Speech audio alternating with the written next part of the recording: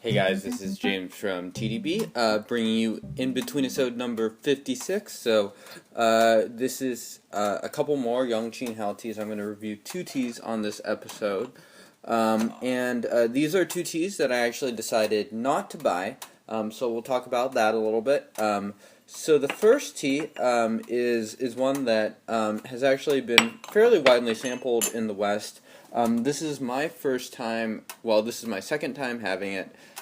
So thank you to Dignitea. Go follow her on Steepster. She drinks a lot of good Pu'erh teas. For sending both of these to me. I wanted a chance to try them, especially this first tea, which is the QiXiang.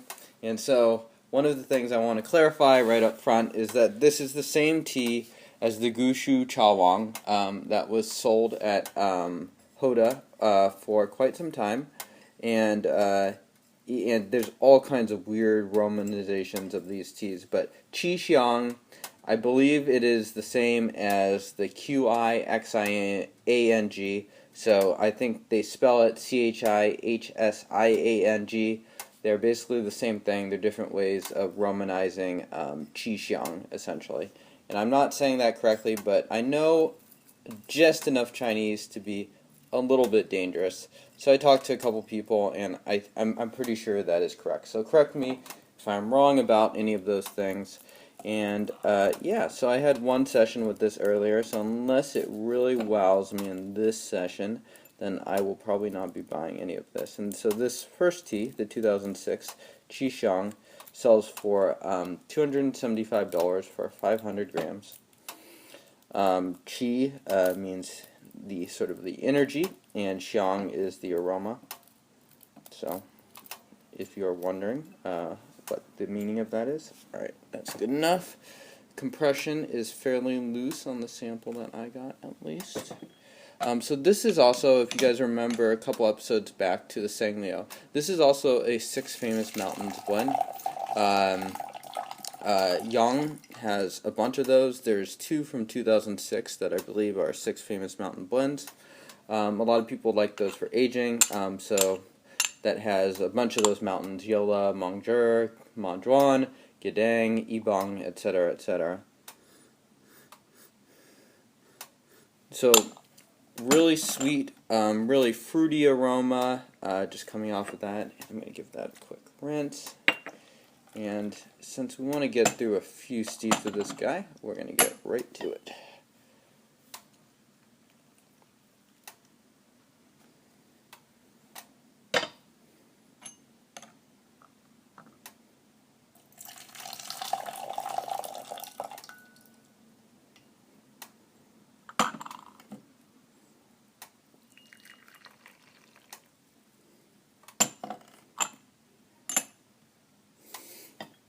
It's really big, nice looking leaves. So the difference between the two blends from 2006 and the TsangLiu is that this blend is supposedly entirely spring material, whereas the Baisui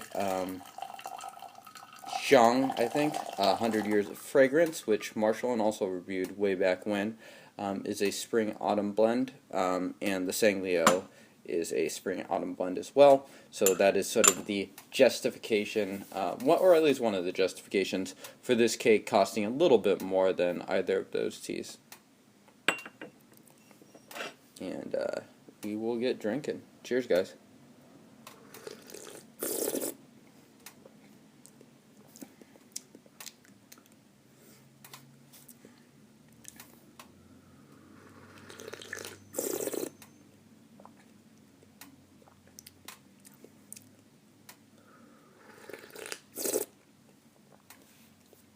So I actually had the QiXiang this morning, and it's actually still sitting in this pot right here. So I'm drinking it the same day, so it's fairly fresh in my memory. So this tea is a little bit higher, I would say a little bit fruitier.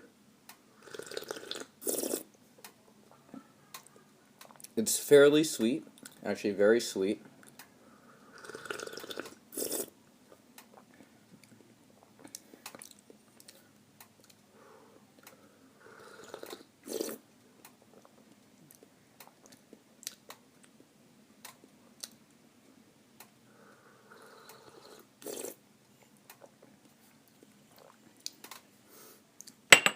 So, really nice fragrance on the bottom of the cup. It is hitting me sort of like at the back of my mouth, at the top of my throat, so it has that sort of like characteristic vibe, which I tend to associate with these eastern Mongla County, Greater Yiwu area teas. Give this another one.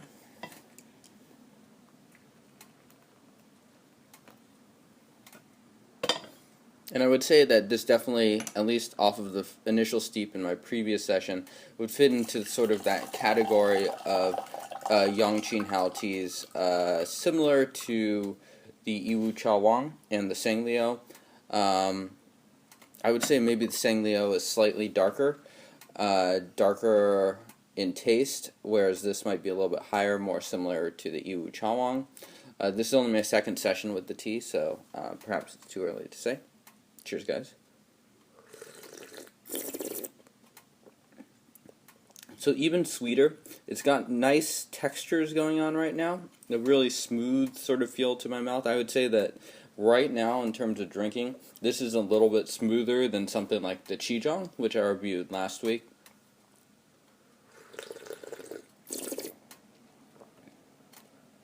Sweet, soft body, really easy to drink.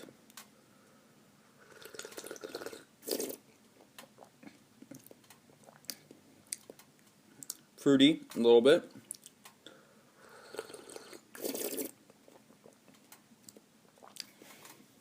Nice textures.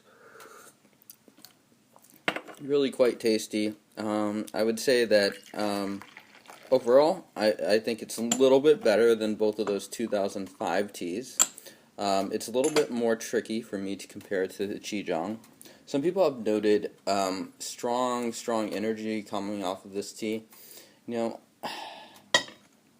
I don't notice it particularly more than I do any of the other 2 or 3 teas that I've reviewed so far. So it's really hard for me to say. I'm not saying it's not there, and in fact, one of the challenging things with these teas, because this is a blend too, and because I am using this very small guy one, 70 milliliters and 5 grams, and if you look at the leaves, it's very much a whole leaf blend.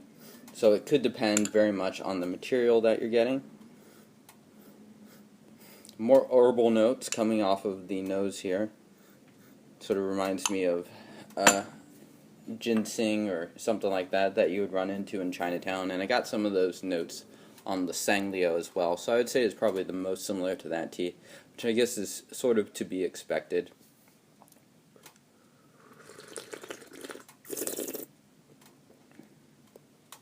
The body is medium light. It's not nearly as heavy as some of these. And in fact, it might actually be lighter in body than something like the TsangLiu, although you would have to do that side by side.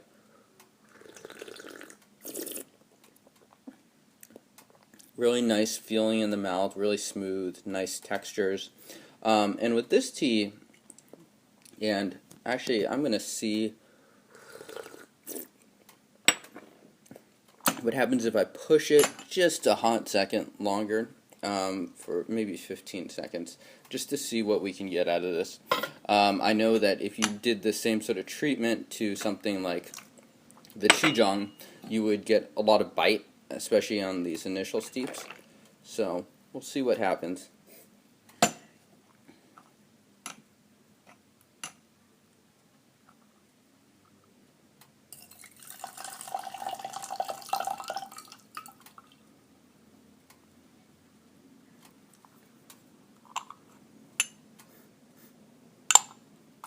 Similar nose to before.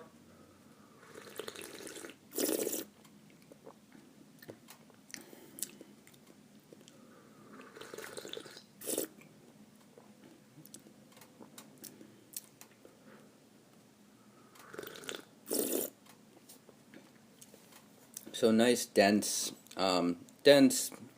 medium body, fruity notes, very similar to the previous steeps.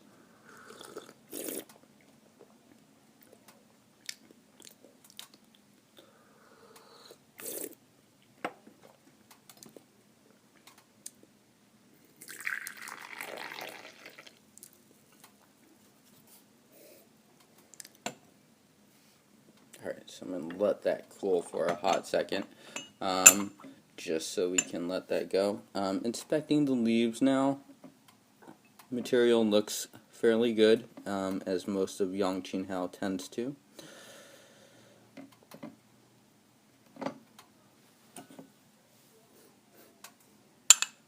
Leaves have been fairly darkened. It definitely falls into the semi-aged category. One other point of controversy, actually, that I'd like to mention about this tea is that Hoda originally posted that it is 30% Gushu and 70% other stuff. Emmett has told me that Yang told him, so getting the second or third hand, whatever, that this tea is actually 100% Gushu, and 30% of it comes from Yiwu, with the other 70% coming from the 5 other famous tea mountains. So hopefully that helps to shed some light onto what the actual base material for this tea is. It'd be a really weird thing, well, it is a very strange thing for a vendor to incorrectly spread information that doesn't help to actually sell the tea, but that seems to be kind of what happened in this case. Cheers, guys.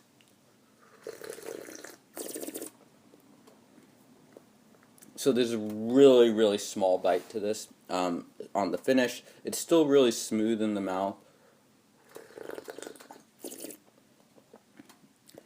A nice texture. So this leads me to believe that this is a tea that's really, really easy to brew. You can mess around with it. It's a lot harder to get bitter than some of these other teas. So yeah, something to note. I would say that this is probably one of the nicest teas for someone that's newer to Pu'erh to get. So I don't know if you're new to Pu'erh and you're looking to spend this much money on a cake, but if you are, I think this would be probably a pretty good tea for you. Alright guys, so part 2 of the episode. So this tea is a different one. This is the 2004 Yiwu Gushu tool from Yang. The compression on this is a bit tighter, so you have to adjust your brewing a little bit. So that's one of the reasons I chose to actually show you the full brewing process, which is a little bit unusual for my in-between-isodes. So usually with these tools, you'll break them up to the best you can without breaking too many leaves, ideally. And then you'll need to push a little bit harder. I like to give it a little bit longer of a rinse. And then steep a little bit heavier, kind of like a rolled oolong, and then dial back the steepings. And then you can more or less go by feel once you have that. So I'm going to steep this for a few extra seconds. Alright, looks like it's coming apart.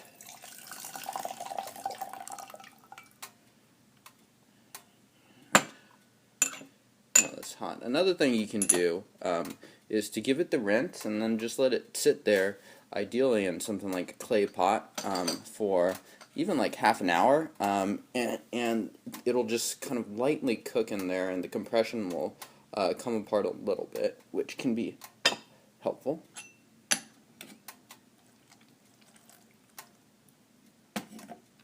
So talking to Emmett, the 2004 productions, and this is actually the only one that I've tasted, tend to be a little bit more distant, according to him, but have the highest levels of qi of all of these teas.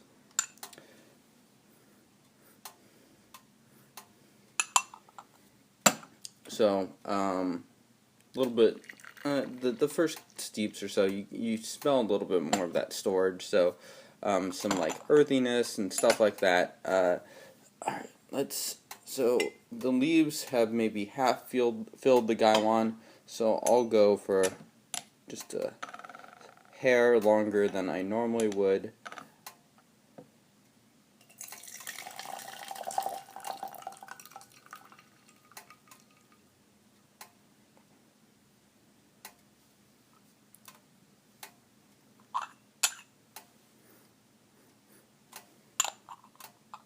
So a little bit grainy in the aroma in comparison, not quite as fruity, still very sweet, earthy, grainy, I would say, is how I would describe it.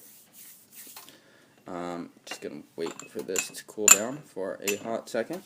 Taking a look at the leaves. These leaves are definitely a bit more chopped up. Part of that is the result of Dignitea breaking apart the brick. Part of that is me. I'm sure that I mishandled the leaves a little bit. And part of it, and that's just going to be a reality if you're breaking apart these really heavily compressed tools, or I guess it is a tool in this case, or mushrooms, jingchas. I had a 50-gram sample of the 2007 mushroom. It's another tea which I really like from YangQing Hao, and that tea is very, very heavily compressed. So there was a couple times where I didn't want to break it up anymore because I would have basically been getting crumbs. So you kind of have to brew around that. So brewing around some of these things that are heavily compressed and choosing how many pieces and stuff like that can be a little bit challenging, but it's definitely something you can learn sort of by feel. Shaguan tools, of course, will naturally give you that sort of experience. But cheers, guys.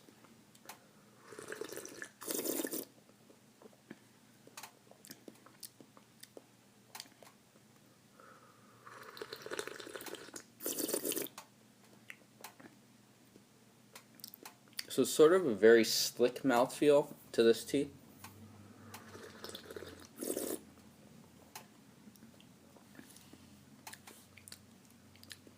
Again, this is not a heavy tea, so I would definitely agree with what Emmett said to describe it.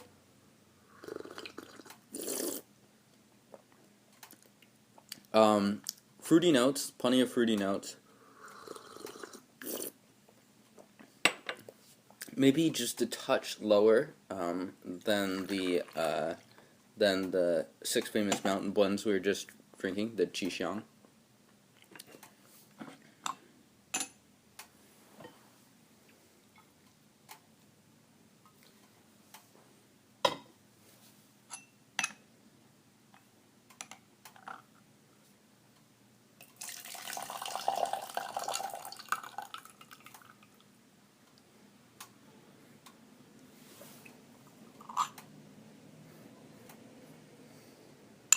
Definitely sort of a grainier, I want to say maltier aroma to this, which is kind of interesting. I don't remember that from my previous session. That's something to take note of. If you look at the bottom of my cup, there's a lot of little fine particulate in there. And the bits of the tool that I chose not to brew, I don't know if you can see, but it's pretty much ground up powder.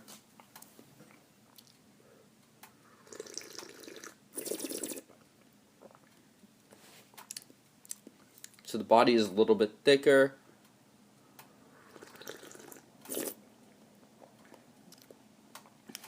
Yeah, it's definitely a little bit darker than the 2006. I would say that it also has sort of a fruity taste, but a darker, fruitier, maybe a little bit of creaminess, a little bit of vanilla in there. The body is pretty good. The body is better than I remembered it.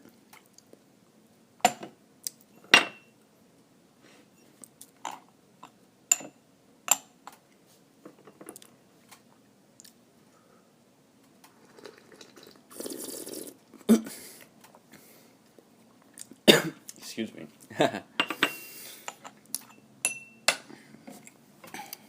And I'm going to push this tea a little bit just to see what we can get out of this.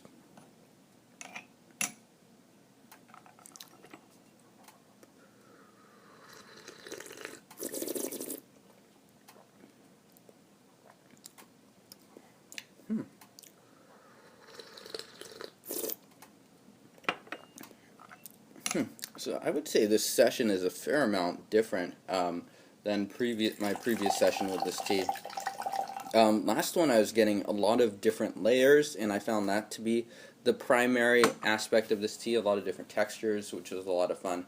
This time I'm getting sort of like maltier notes, a little bit heavier in the taste. I would say that in the first session it seemed to be more similar than the 2006 QiXiang that I just drank.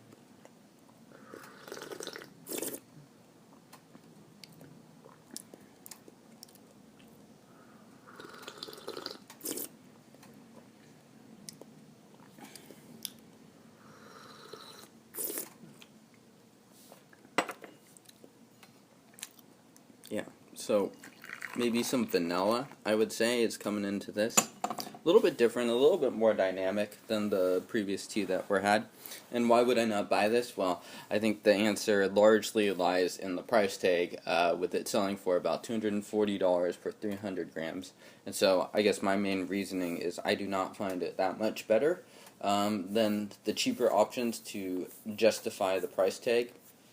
With this tea as well, you could talk about the chi and stuff like that. I don't notice that much of a different or heavier or more distinctive chi than the 3 YangQing Haos I've reviewed in previous episodes.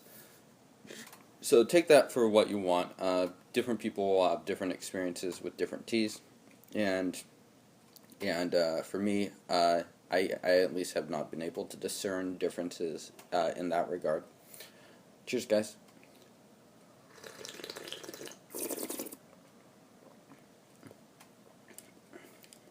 So this is really good. This steep is really good. So if you keep in mind, I pushed this steep a little bit. The textures are there. It's a little bit. It's like a good combination of being like sort of deeper, heavier, and earthier with dark fruits, and as well as sort of like lighter and lighter in some sense.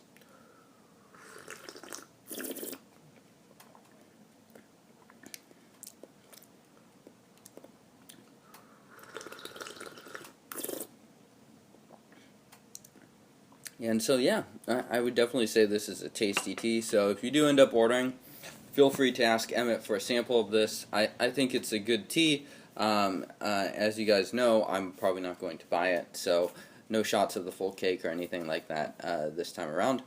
And let me guys know how you like this episode, and big thanks to Dignitea for sending these in. And if you're wondering about these group orders, you can find Emmett's information in the description section above. So if you are interested in any of these YangQing Hao teas, which we have now covered, or I have now covered 5 of them in the last 4 weeks, just hit them up from there. And thank you guys for watching. Cheers.